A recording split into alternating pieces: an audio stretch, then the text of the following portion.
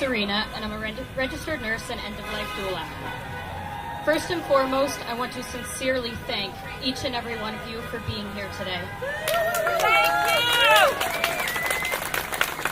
To all of the brave souls who have received single or double doses of the vaccine, I thank you for your bravery and courage.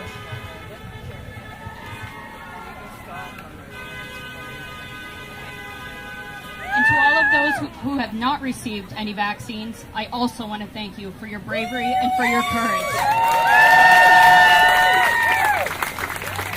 Regardless of vaccination status, masked or unmasked, we stand here today in solidarity for freedom of choice and our rights as Canadians. I would like to take a moment to share a bit about Canadian Frontline nurses and to tell you that this group is comprised of proud advocates for medical freedom. Our mission is to create unity for the nurses, to educate the public, and to bring ethics back into nursing.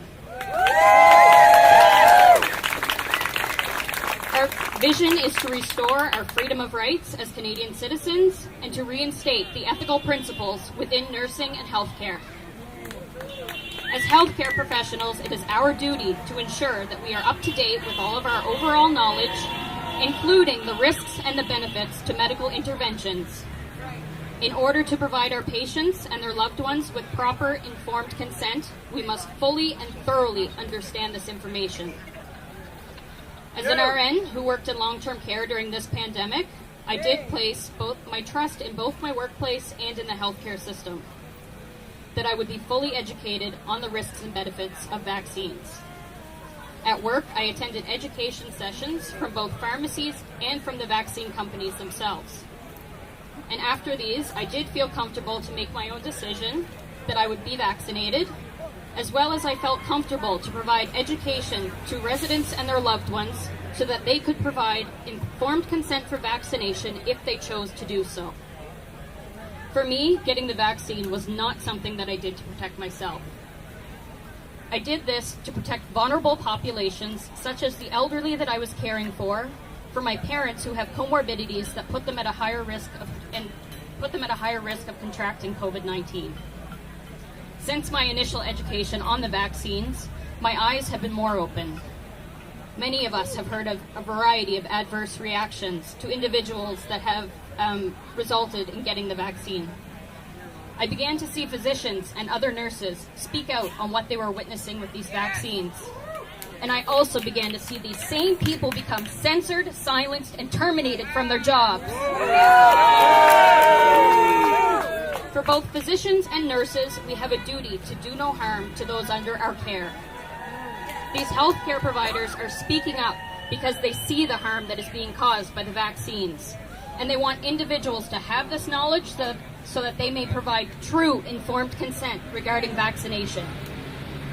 Now that I have more education and I have seen the severity of adverse effects from the vaccines, my decision to get vaccinated would have been different. I am not pro-vaccine. I am not anti-vaccine. I am pro-choice.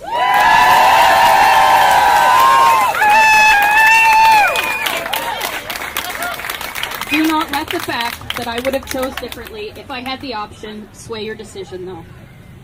I am a firm believer in freedom of choice and the right to refuse medical intervention. These are our rights in Canada. Well, at least I thought.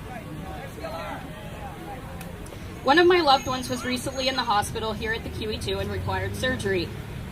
She was told that it would either be that night or the following day. It is a standard protocol for anyone who is admitted to hospital to have a PCR swab completed to test for COVID-19.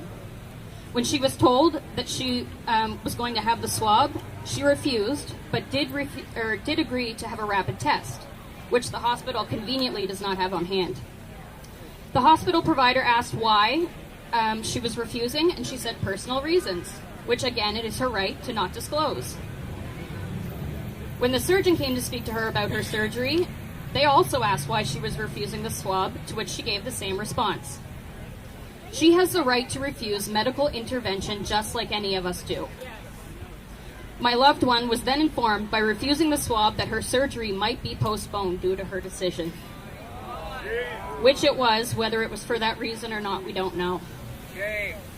Droplet isolation precautions were implemented, which is a standard procedure for someone who refuses a swab or until swab results are received if someone has symptoms of COVID. She was given a commode to use at her bedside with no cover on it, and it wasn't even emptied for over 12 hours. And get this, we're in the middle of a pandemic and she didn't even have access to a sink to wash her hands. Prior to her surgery, she had a total of 7 healthcare providers pry her for answers as to why she was refusing the vaccine. She was in pain, exhausted, and anxious for the upcoming surgery. I received many texts and phone calls from her expressing that she does not feel safe in the hospital because she feels like she is being treated unfairly for refusing the swab. I share this story with you to inform you that quality of care can be subpar if you follow your Canadian right to refuse medical intervention. This should not be the case. I know that not everyone would agree with my loved one's choice, but she was acting within her rights. Other provinces in Canada have already implemented restrictions for individuals who have not been double vaccinated. People in provinces are unable to go out and purchase things that are considered non-essential. And there was also one incident of a 13-year-old boy in BC who was denied access to medical care due to vaccination status. This is where we're headed. The things that many of us have feared are quickly becoming a reality. Coercion to get the vaccine by threatening basic human rights is absolutely not acceptable. Segregation and discrimination have once again become prevalent in our society, and I am disheartened, as many are, to see the hatred and the divide that is happening between those who choose to get vaccinated and those who choose not to. I now ask, please look to the people on your left. Please look to the people on your right. These are your brothers and sisters, and regardless of our many differences, including vaccination status, we are all human and we are all equal.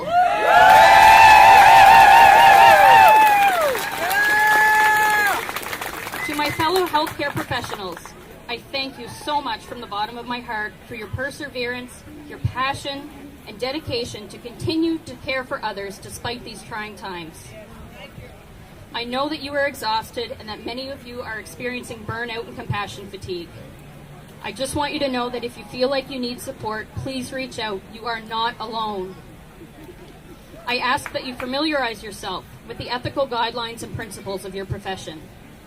They were not created for fluff. They were created and implemented for a reason, and it is our duty to follow these. I believe that without following our ethics as healthcare professionals, especially with the situation before us, then we do not have a healthcare system that is capable of providing true quality care to the public. I encourage you, without causing risk to patient safety, please stand up for medical freedom and the right to choose.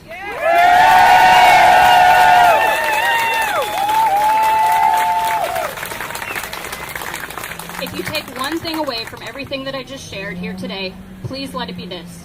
Do not judge, shame, or project negativity on other individuals for their choice to be vaccinated or not. It is crucial that we demonstrate compassion for one another right now.